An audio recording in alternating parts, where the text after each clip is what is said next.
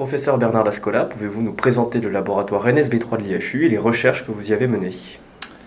Alors, le laboratoire NSB3 de l'IHU, c'est un laboratoire NSB3 qui est entièrement neuf, donc qui a été construit donc avec l'IHU et qui occupe la totalité d'un étage de la partie laboratoire de l'IHU, donc qui fait à peu près 1600 m² avec 1200-1300 m² qui sont utilisables pour le diagnostic et la recherche.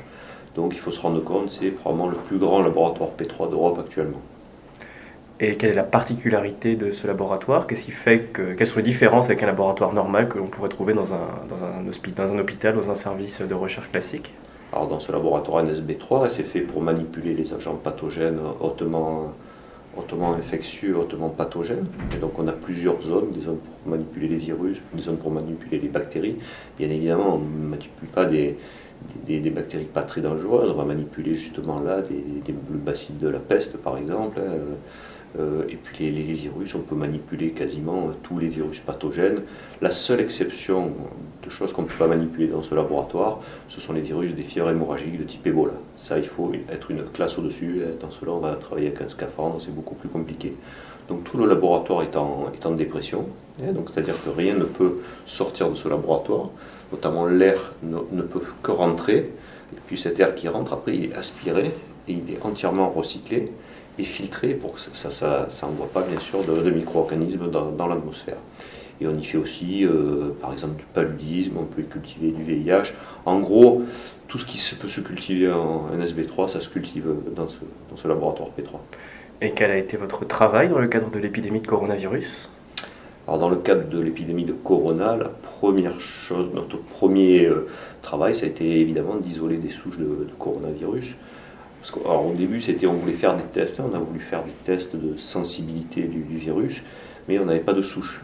Et au début, alors un peu parce que tout le monde était très occupé, j'espère que c'est pas pour de mauvaises raisons, mais parce que j'ai demandé la souche, j'ai pas réussi à l'avoir. Et donc à la fin, on s'est mis à isoler des souches pour avoir les nôtres. Donc après, une fois qu'on a isolé nos souches, on a pu faire des tests, notamment des tests avec des antiviraux, et puis on a pu corréler la quantité d'ARN du virus, de nos acides nucléiques du virus dans les prélèvements, avec la capacité du patient à être contagieux. Donc on a commencé petitement, puisque les premières analyses groupées qu'on a fait, c'était à peu près 190 souches. Là, on a isolé maintenant quasiment 1500 souches pour à peu près 1000 patients. Donc on a 1500 souches de coronavirus qui sont en train d'être étudiées actuellement. Vous avez deux articles qui viennent d'être acceptés dans des revues à comité de lecture. Pouvez-vous nous présenter le travail que vous avez effectué, les résultats que cela vous a amené à avoir? Alors le premier, c'était chez donc le premier groupe de patients qui ont été reçus ici. Et donc on a montré sur 100, à peu près c'était 180-190 souches pour en gros 300-400 patients.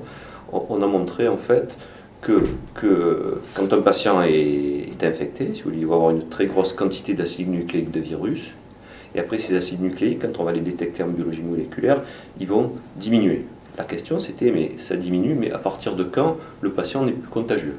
C'est-à-dire qu'il est plus contagieux, donc quand il est plus contagieux, on va peut-être pas le laisser sortir de l'hôpital, mais on peut le faire passer dans un service où la gestion de l'épidémie est moins compliquée. Si vous voulez, nous on a l'habitude de gérer l'épidémie, mais quand on transfère un patient dans un service qui n'est pas spécialisé, il y a un risque que le personnel se contamine. Donc l'idée c'était faire sortir les patients une fois qu'ils ne sont plus contagieux. Alors comment définir qu'ils sont plus contagieux?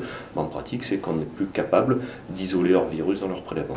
Donc on a montré qu'on a réussi à corréler, si vous voulez, la quantité d'acide nucléique avec la capacité du virus à pousser. Et donc on a mis un seuil, et ce seuil dont on s'est servi pour laisser sortir les patients quand ils avaient deux mesures d'acide nucléique à ce niveau qui était ce qu'on appelle 34 CT. Mais quand les patients étaient à 34 CT, les patients pouvaient les laisser sortir.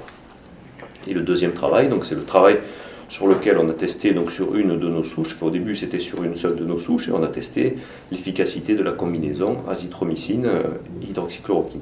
Et donc on a testé l'hydroxychloroquine seule, l'azithromycine seule et la combinaison de ces deux molécules. Et avec ce test-là, c'est apparu évident, si vous voulez, dès le début, que c'était très très très efficace pour tuer le virus. puisque le virus, on arrive à le tuer avec des concentrations, si vous voulez, qui sont possibles à obtenir dans le poumon. On tue à peu près 98% du virus. On réduit, si vous voulez, sa multiplication de 98%. Quelles sont aujourd'hui les questions auxquelles vous espérez apporter des réponses grâce à ces équipements et grâce à la force de recherche que vous pouvez avoir dans ce laboratoire? Pour continuer sur les souches, là maintenant, on a toute notre collection de souches. Donc toutes ces souches-là, il va falloir les étudier. Alors ce qui nous intéresse plus particulièrement, c'est les patients qui sont en échec. C'est-à-dire il faut savoir qu'on a des résultats qui sont merveilleux, mais il y a quand même des fois où ça ne marche pas bien. C'est-à-dire il y a des patients, on va les traiter et ils continuent à excréter les souches. Donc, la question à laquelle il faut qu'on réponde, c'est est-ce qu'ils n'ont pas bien absorbé l'antibiotique? Est-ce que l'antiviral n'est pas efficace sur leurs souches? Ça veut dire tester leurs souches spécifiquement avec l'antiviral. Bon, je peux vous donner en avant-première c'est pas ça, puisque ces patients-là, pour certains, on en a une dizaine qu'on a déjà étudié comme ça, et en fait leur souche est sensible. Le problème, c'est probablement pas la souche. Alors ça va être peut-être l'absorption du médicament, peut-être des facteurs génétiques qu'il va falloir creuser. Et puis à côté de ça, quand même, on a hydroxychloroquine, azithromycine, mais on ne laisse pas tomber d'autres molécules. Donc on est en train de tester d'autres molécules, alors que des collègues pharmacologues nous ont prédit comme étant efficaces. Donc celles-là, elles sont en cours de test. Très bien, merci beaucoup.